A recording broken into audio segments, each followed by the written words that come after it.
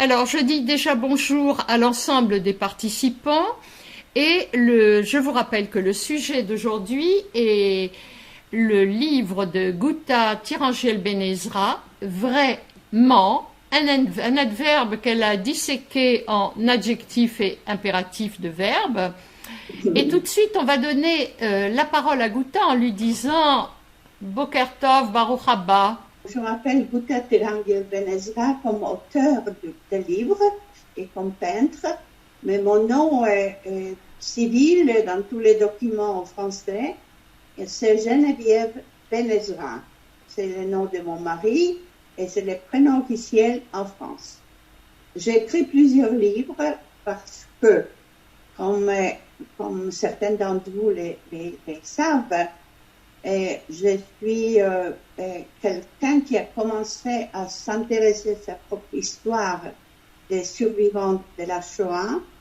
Et dans les années 90, lorsqu'il y a eu une transformation d'un intellectuel, d'un professeur de droit et de personnes qui essayaient de vivre comme tout le monde, il y a eu cette transformation en quelqu'un qui peignait tout d'un coup l'histoire finalement de sa naissance, de sa vie et justement de sa mémoire qu'elle n'a pas fait sortir dans les livres, dans le travail qu'elle faisait dans sa vie.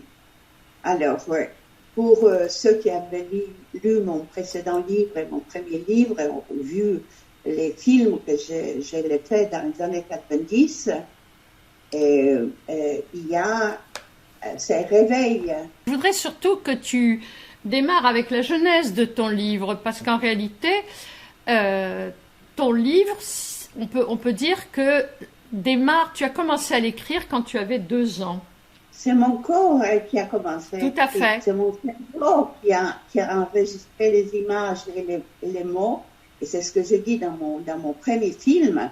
J'ai l'impression qu'il y a une autre personne qui est sortie de moi, c'est une sorte de fantôme qui avait l'apparence et les connaissances et la sagesse ou la manque de sagesse de mes ancêtres qui est né avec moi dans mon corps et dans mes gènes, dans mon épigénétique, parce que il ne faut pas que j'utilise les gènes pour parler de l'hérédité de ce que j'ai appris et de ce que j'écris. Mais par contre, l'épigénétique explique le fait qu'à 52 ans, exactement 50 ans après le fait d'avoir quitté donc les ghettos et mes parents qui sont restés et qui ont été assassinés ou brûlés par la suite, que j'ai été sauvée par miracle, parce que parmi les enfants qu'on a sortis du ghetto, il n'y a eu que moi qui ai survécu, alors que ça a été fait par une organisation d'aide aux enfants juifs en l'année 42. Et que juste avant que l'endroit où j'avais été cachée avec ma mère qui avait un autre bébé, en 42, donc en octobre 1942, on m'a sorti avec d'autres enfants qui étaient cachés puisque c'était un camp de travail. Ghouta, on va démarrer avec le début de ton livre parce qu'en fait, je voudrais que tu rappelles que quelque part, cette union entre Moshe et Rachel, ta mère, qui est un faux chidour, et que tu insistes sur le fait que tu aies été conçue sous les bombes. Oui, parce qu'ils se sont connus juste avant la guerre. La guerre a commencé le 1er septembre 1939 et d'après ce que j'ai compris, parce que je n'ai pas évidemment de témoins directs et des documents, ils n'étaient pas faits. Parce que la guerre a commencé et que tout a commencé à être brûlé, détruit. Donc, des documents formels sur ma naissance, sur leur mariage, je ne les ai retrouvés que des traces indirectes. Et dans les années 90, lorsque j'ai commencé justement la recherche sur les origines et les données concrètes concernant mon identité et mon histoire personnelle et de ma famille. Et donc j'étais sortie, j'avais 2 ans, Et mes parents se sont mariés environ vers le début de la guerre, d'après les documents ou les procès qui ont été faits par la suite. Et que moi, j'étais donc conçue sous les bombes allemandes et que je suis née en octobre 1940. Dans la ville de Minsk Mazowiecki. Ça se trouve où à peu près? Où est-ce qu'on peut situer Minsk en Pologne? Qui est 30 km dans l'est, nord-est de Varsovie. C'était une petite ville où il y avait tout de même 7 000 habitants juifs et 15 000 habitants au total. C'était donc grosso modo 50%, quoi. À peu près, oui, ça dépendait des périodes, mais pendant la guerre, comme on a en plus reçu des gens d'autres villes qui ont été annexées au Reich, donc il y a eu des gens qui venaient d'ailleurs et qui se trouvaient dans ces ghettos. Les ghettos donc a été constitué les jours où je suis née, d'après les dires des témoins et des gens qui par la suite relataient, donc dans les années 90, m'ont répété que j'étais née les jours où ma mère, mes parents ont dû déménager pour se trouver dans un atelier que mon grand-père avait au centre du ghetto, puisque le ghetto, et il y a eu le déplacement des gens qui habitaient en dehors du territoire du ghetto. Alors, voilà, ça c'est les choses qu'on a pu me transmettre, puisque je suis restée dans la même ville, et dans la ville de Minsk Mazowiecki, où j'ai grandi là-bas, avec une famille polonaise non juive, très simple, qui m'a sauvé la vie et qui m'a permis de survivre après que toute ma famille, évidemment, ait été brûlée ou envoyée à Treblinka, ou mon père qui a péri quelque part à Majdanek ou à Varsovie, je ne sais pas exactement. Alors, Guta, avant de parler de la famille polonaise où tu as été relativement heureuse, je dirais peut-être même heureuse grâce à Josio, mais avant, est-ce que tu pourrais nous définir ce qu'est la Żegota? La Żegota, oui. C'était une organisation des partisans juifs et non juifs, et les Polonais simplifient ça en disant que c'était une organisation polonaise, mais ce n'est pas exact historiquement. C'était une organisation où il y avait les partisans juifs et les partisans non juifs, et surtout les gens qui étaient socialistes dans le Parti socialiste, et qui était l'une de moins antisémites dans l'organisation de la résistance polonaise, et qu'ils ont créé ça, mais vraiment assez tard, c'est-à-dire la plupart des enfants juifs et des juifs a été pratiquement déjà envoyés à Treblinka, Auschwitz ou dans d'autres camps de mort. Donc, ça a été créé officiellement en novembre 1942, et ils ont effectivement réussi à sauver environ 5000 enfants, surtout du ghetto de Varsovie et puis des ghettos aux alentours, parce que les créateurs, les fondateurs de Żegota étaient un voisin de mes parents en Minsk Mazowiecki, qui se connaissaient en plus de leur ville d'origine, parce que mon père était originaire de Koluszki, qui est une ville à côté de Lodz, et que Grobelny, qui a créé donc cette organisation Żegota, a été aussi venait de la même ville, et qu'ils avaient à peu près les mêmes âges, ça veut dire, je suppose qu'ils se connaissaient. Et alors, donc, la petite Guta, la petite fille de 2 ans, a été sauvée par le couple Josio et Bronia. Elle a été confiée pendant la guerre, donc pendant la Shoah, au maximum de la destruction, parce qu'en 1942-1943, pratiquement tous les Juifs de Pologne ont été assassinés, brûlés, et qu'il n'y avait pratiquement plus d'aucun Juif qui pouvait se promener dans les rues.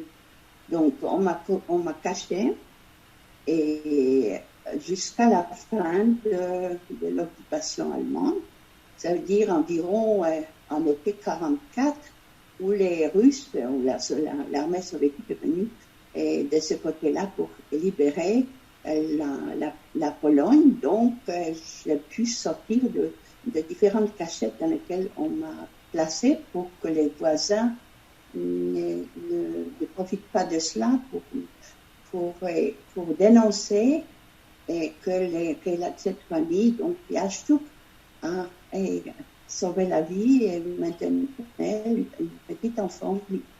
Et donc jusqu'à l'âge de 5 ans, pratiquement, j'étais plutôt cachée dans des endroits qu'on a du mal à décrire aux personnes qui sont de culture française et qui ne connaissent pas trop les conditions dans lesquelles les survivants sur la terre polonaise pendant la Shoah ont pu survivre. Ceux qui ont lu les témoignages, surtout des adultes qui ont survécu dans les territoires de Pologne, peuvent comprendre à quel point ce n'était pas une chose simple. Ce n'est pas un déplacement géographique, c'était un déplacement, une disparition complète. Soit, bien sûr, on changeait d'identité. Moi, on m'a donné des certificats de baptême, mais malgré ça, il y avait la peur de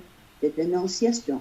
Et effectivement, la famille a été dénoncée. Et la gardienne, donc Bronia, a été en prison et que l'organisation partisane des résistants a dû payer une somme très grande à l'époque pour la sortir de la prison. Et ensuite, cette famille a dû se promener dans les environs pour ne pas susciter des dénonciations supplémentaires. Alors, Guta, d'ailleurs, tu verras tout à l'heure dans la discussion, c'est très, très émouvant car il y a un participant qui a connu Josia à Strasbourg. Mais on va par étapes. Donc, la petite Guta grandit, n'a pas que de très bons souvenirs de sa vie. Elle n'a pas de bons souvenirs, ma chère. Oui, mais enfin, avec Josia, tu as eu quand même l'amour de Josia. Toujours. Moi, c'était la scène comme on dit en polonais, d'escaratum. C'était la seule personne en qui j'avais confiance. Mais tout le reste était plein d'incertitude, du mépris et de l'incompréhension. J'étais une petite fille qui n'avait pas de parents, qui sortait de 4 années où on ne pouvait pas respirer l'air à l'extérieur. Et où on parlait évidemment de tout ce qui s'est passé pendant la guerre, et tout s'est passé évidemment devant les yeux de tous les autres. Ce n'est pas comme je parle en français, j'insiste toujours à dire, ce n'était pas comme en France où on pouvait se cacher, mais se cacher parmi les montagnes du Lot où j'habite actuellement. Bon, et c'était vraiment, quand il se cachait complètement sous terre ou dans les endroits les plus difficiles. Moi, j'étais dans un sous-sol qui était une sorte de en terre, où quand quelqu'un frappait à la porte, on me mettait là-bas pour qu'on ne me voie pas que je suis dans cette famille. C'est-à-dire chaque visite était un danger pour moi. Donc, c'est pendant 4-5 ans, c'était ça ma vie. La petite Guta grandit, tant bien que mal, est très sportive, a 2 petites copines qui elles aussi sont juives, mais qui ont été également prises dans des familles non juives, parce qu'il ne faut pas oublier que Guta allait à l'église avec Josia et Bronia, enfin a grandi comme une petite fille chrétienne. Mais tu grandis, tu es sportive, tu décides de faire des études de droit, d'accord, sur le conseil d'un intervenant. Alors, tu vas nous parler un petit peu de cette vie péri-adulte. Oui, c'est une enfant qui a une résistance et qui a des gènes juifs. Ça veut dire qu'elle est très solide, hein, quelque part, et a un désir de vivre. C'est ce qui t'a sauvé, d'ailleurs. qui m'a sauvée, qui me sauve encore. Hein. Bon, cette résilience, qu'on a appelé ça depuis que Cyrulnik l'a utilisé, cette résilience, elle était là. Mais moi, j'appelle ça le souffle de vie juif qui est dans mes veines et dans mes gènes, qui fait que j'ai eu ce caractère solide qui m'a permis de s'en sortir dans cette ambiance de la haine, du mépris qui était autour de moi. Et que moi, je savais toujours que mes parents étaient juifs et que les juifs ont tous été assassinés, qu'ils avaient des qualités qui méritaient d'être assassinés. Donc, je vivais dans cette ambiance d'après la guerre. J'avais pas beaucoup d'envie et de possibilités pour maintenir une vie juive. Il n'y avait plus du tout de juifs dans cette ville de 7000 juifs, parce que par la suite, il y a eu ce qu'on appelle les pogroms officiels, qui n'étaient pas les mêmes que ceux de Kishinev ou d'Odessa. Je parle de l'actualité actuellement. Oui. Oui. Avec des déclarations qui nous interpellent. Mais nous allons avancer. Tu décides en même temps, non seulement je décide pas, je suis une fille qui veut vivre, qui veut qui a une sorte de qualité d'adaptation qui lui permet, ça je pense que la plupart des enfants qui ont eu de difficultés majeures pour grandir les savent, qu'ils ont une sorte d'organisme qui se défend, qui survit, qui a cette capacité de survivance et cette qualité biologique de l'ISO, de survivre. Ça veut dire de s'adapter, d'être là. Tout à fait. Donc moi, j'étais là. J'étais là, pleinement. Et quand j'étais adoptée, donc, en 49, c'était pas tout de suite après la guerre, c'était pas pendant la guerre. En 49, après avoir vécu des disputes absolument horribles entre les restants de la communauté juive qui, après la guerre, a ramassé tous les enfants qui restaient au sein de familles non juives, et que un seul oncle qui est revenu de la Russie, de l'Union soviétique, a essayé de me prendre, et que malheureusement il n'a pas réussi parce qu'il n'avait pas assez d'argent, et que les organisations juives se disputaient qui payait et qui ne payait pas, et où est-ce qu'on les amenait. On les amenait aux États-Unis, on les amenait en Israël, en Palestine. Alors, Gouta, justement, je pense qu'on t'entend encore. Tu décides de partir, en fait, et de rejoindre la France. Et en premier temps, première intention, tu rejoins la ville de Metz. Parce que j'aimerais quand même qu'on puisse donner la parole aux auditeurs au présent et poser des questions. Mais donc, tu arrives, tu fais des études de droit, tu arrives à Metz. En fait, tu vas basculer dans la découverte de ta vie de petite fille issue d'une famille juive. Donc, la découverte du judaïsme, tu vas la faire. Et je vais te donner la parole parce que tu as connu des grands noms à Strasbourg, la famille Neher. J'aimerais que tu nous en parles, parce que de Metz, tu passes tout de suite, grâce à un foyer de jeunes filles. Et de Lorveil à Strasbourg. Ah oui, Lorveil, exact. Oui. Et là, tu découvres ton judaïsme. Alors, à toi. Non, j'apprends mon judaïsme. Je découvre, je sais que je suis juive, je le sais toute ma vie. Et quand je suis dans un milieu où on ne sait pas que je suis juive, donc j'entends tout ce qu'on dit sur le juif. J'ai aucune envie d'être juive, j'ai aucune connaissance que c'est être juif et non pas l'image que les antisémites font de juifs. Donc, à l'âge de 20 ans, je suis en 3e année de droit. On me propose à une jeune fille tout à fait normale qui a une vie à ce moment-là normale, une jeune fille polonaise, non juive et qui ne veut pas admettre qu'elle est juive parce que ça n'est pas une identité qui est enviable. Et en Pologne, en 1960, elle arrive donc dans une famille éloignée qui est un grand-oncle à Metz pour parce qu'il lui propose un voyage, qu'elle pense qu'elle va aller en France, voir la tour Eiffel, et puis lire, je ne sais pas, rencontrer des grands poètes et grands écrivains français. Bon, j'arrive dans cette ville, cette famille est très embarrassée, on ne parle pas vraiment la même langue, moi je ne parle que le polonais et les Russes, eux ils parlent yiddish, moi je ne connais pas les yiddish, ça les énerve, comment ça se fait que tu ne parles pas yiddish? Bon, et en ignorant évidemment que j'étais élevée sans connaître une seule personne qui savait yiddish, etc. Ça veut dire une incompréhension complète de ma situation, aussi de mon côté que de l'air.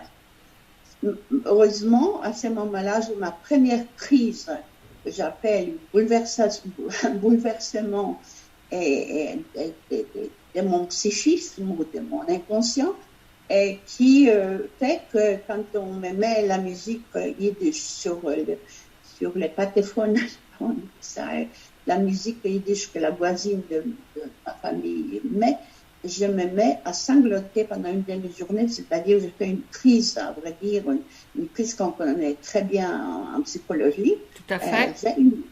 Oui, et puis que cette voisine est toute affolée, mais en même temps, elle comprend ma détresse. Ma détresse, elle sort encore de ces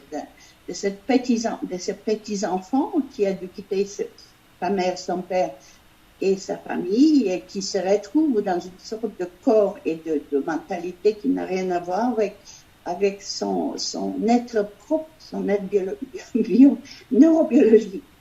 Alors, là, j'ai toute cette détresse d'être un enfant orphelin et un enfant qui a dans son corps toute cette détresse de juif qui était tué, poursuivi, et que j'ai fait cette crise, et cette voisine la comprend et m'amène chez le grand rabbin de Metz, qui s'appelle Dreyfus, voilà, un nom qui nous ramène à bien des choses. Alors, donc, les rabbins Dreyfus, lui, fait venir Lolo Müller, qui est une gentille assistante sociale de la communauté de Strasbourg, puisque moi, j'ai dit, si vous voulez que je reste, au moins pour connaître un peu pour moi, c'était la France, c'était rester un peu en France. Et si tu veux, il faut que je continue à étudier. Je ne peux pas, moi, je suis en 3e année de droit, je ne peux pas tout d'un coup renoncer à tout cela. Donc, il me propose la bourse qui consiste à me loger dans la maison de jeunes filles juives Longweil. Et donc, je suis libérée de cette famille plutôt difficile et avec laquelle je répare beaucoup de sympathie réciproquement, et que j'arrive à Strasbourg en septembre 1961. Voilà, tu veux? Oui, alors justement, donc là, tu découvres le monde juif, d'accord? Tout à fait. Et en fait... Je suis entourée d'empathie et de sympathie, et je découvre des jeunes femmes juives qui viennent justement du paradis du Maroc. On parle maintenant du paradis, mais elles n'avaient pas l'air d'avoir été dans les paradis parce qu'elles fuyaient, leurs parents les envoyaient pour qu'ils fuient plutôt l'hostilité qui grandissait dans les années 60, de l'Algérie, du Maroc et de Tunisie. Donc je suis entourée de jeunes filles qui portent leur judaïsme avec un naturel et une beauté qui me séduit en me disant on peut vivre comme ça, alors que moi j'ai des images de juifs et des images de la Shoah, c'est-à-dire de ceux qui sont méprisés, de ceux qui sont accusés de tous les maux et qui sont, à vrai dire, l'incarnation du diable et du mal, tout mal dans le monde, ça vient des juifs. Alors, Ghouta, le soleil marocain, parce que nous allons avancer dans ce livre, dans l'histoire, pour pouvoir après être amené à te donner la parole également sur, non pas ta théorie, mais ta découverte, en fait, ta compréhension, ton approche. Oui. C'est que le soleil marocain t'amène jusqu'à épouser un juif d'origine marocaine, dont tu as 2 enfants. Oui, il D'accord? était marocain, il étudiait en France comme beaucoup d'autres qui, en ce Exactement. moment-là, dans les années 60, ont été envoyés par les parents pour les sauver de l'antisémitisme arabe et musulman. Donc, on ne va pas se cacher la vérité. Maintenant qu'on est tous enthousiastes à retrouver les rois du Maroc, moi, je regarde tout ça en me disant, je me rappelle de ces jeunes femmes qui étaient séparées de leurs parents, qui préparaient leur alliés en France ou en Israël, surtout en France, parce que c'était des familles déjà plus aisées qui avaient des nationalités françaises en plus. Donc, il y avait toute cette arrivée d'Algérie, c'était l'année 61. Donc, Bien sûr. bien sûr, et puis de Tunisie aussi. Alors, mes copines, jusqu'à maintenant, ce sont les copines qui ont été donc dans cette période-là sauvées par le fait qu'elles ont été jetées dehors et que leurs parents arrivaient par la suite. La plupart sont par la suite venus en France dans les années 61-65. Donc, moi, je découvre qu'on peut être juif, donc, manger cacheté, faire les Shabbats, parler à la façon comme s'il n'y avait pas un autre monde que le monde juif. Je les découvre avec ces filles-là qui en même temps sont très sympathiques, sont très chaleureuses, qui m'aiment bien et malgré mon caractère tout à fait, comment dire, différent parce que je suis une femme qui a été tout de même une fille qui a été élevée dans un régime socialiste, non pas dans un cocon familial et séparable. Donc, je suis très différente. Mais en même temps, quelque part, quand on a 20 ans, on est plus tolérant pour s'accepter et qu'effectivement, je me suis fait des amis pour la vie dans ces milieux et qui m'a appris qu'on peut être juif tout naturellement et qu'on peut aimer d'être juif. Donc, ça c'était vraiment un choc culturel et émotif que je suis jusqu'à maintenant. Je sais que c'est grâce à cela que j'ai pu maintenir et rechercher mon identité juive et comprendre comment on peut être juif malgré les 20 ans vécus dans une situation qui n'a rien à voir, qui est plutôt pas du tout favorable pour vouloir continuer à être juive et épouser cette identité qui est plutôt problématique et difficile à porter. Alors, Gouta, justement, encore une fois, je vais avancer un petit peu parce que tu as vécu également au Canada, tu as travaillé au Canada, tu as rejoint Israël, tu as quitté Israël. Là, maintenant, c'est un retour qui, je crois, est définitif, une installation et une alia à laquelle tu tiens et dont tu parles avec beaucoup de bonhomie. Et en fait, ton retour en Israël, en fait, il y a une phrase dans ton livre qui est très très parlante. Tu dis, mes filles, parce que tu as 2 filles qui sont installées, qui sont israéliennes et tes petits-enfants sont israéliens, mes filles, elles, n'ont pas eu les problèmes que j'ai eus. En fait, elles se sont installées en Israël. Israël est leur pays.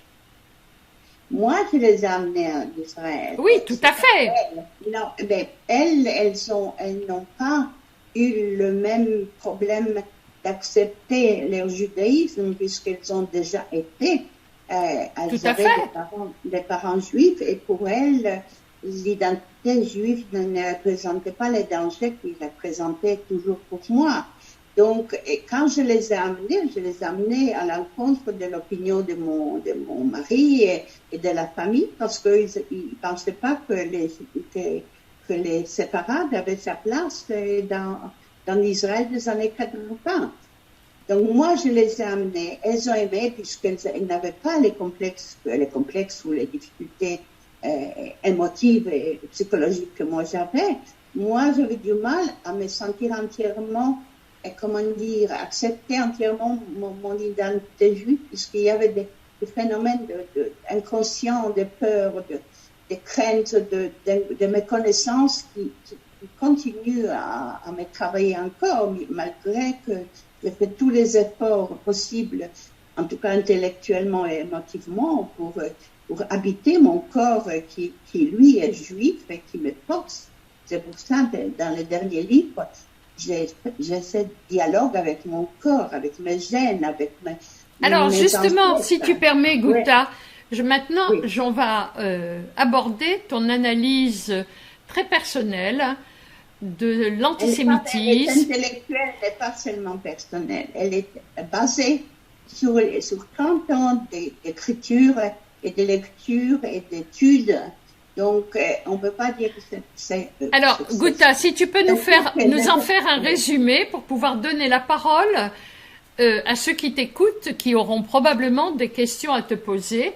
Si tu peux nous faire un résumé de ta compréhension de l'antisémitisme. Et oui, parce que c'est mon dernier livre et essentiellement parle de ça, même si je mentionne mon expérience de vie, mon vécu, comme illustration de la force et de l'influence sur un être humain de préjugés et puis de la haine. Ça veut dire de ces éléments que moi retrouve dans mon étude du phénomène d'antisémitisme, que je replace dans son contexte. Que, par exemple, je viens de retrouver une référence chez Lev Pinsker qui parle de judéophobie et qui parle de la maladie psychique et qui parle d'incurable et de l'hérédité, des choses qui n'ont pas été reprises, alors qu'on a repris chez lui son désir et sa volonté de faire un État juif pour fuir la haine de nos juifs et la haine qui était porteuse donc, des pogroms et des persécutions et de l'impossibilité de vivre une vie sans être en danger.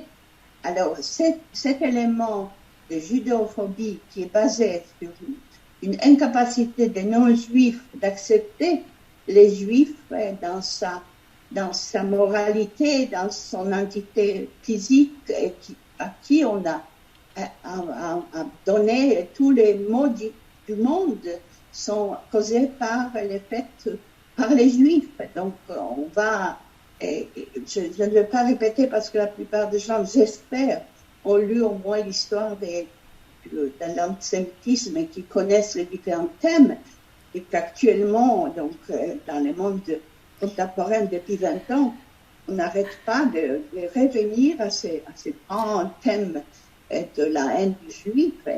Gouta, je voudrais que tu nous dises 2 mots de la Oui. découverte du professeur Oded Rehav de Tau, la transmission épigénétique de la mémoire transgénérationnelle. Mais en 2 mots, Gouta, parce qu'après on passe aux questions.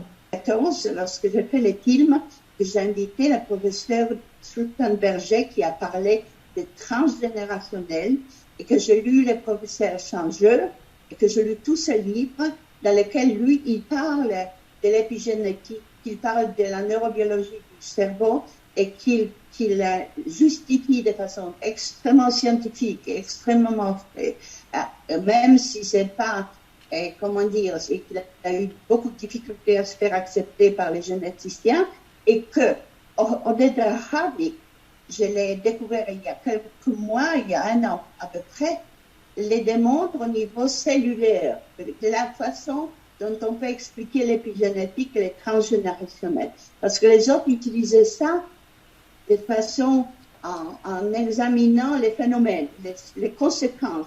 Les transgénérationnels est expliqué par un passage de l'inconscient d'une génération à une autre. Mais moi, comme j'ai beaucoup travaillé dans les sciences et dans la philosophie des sciences, ça ne me suffisait pas. Les transgénérationnels psychologiques ne me satisfaisaient pas.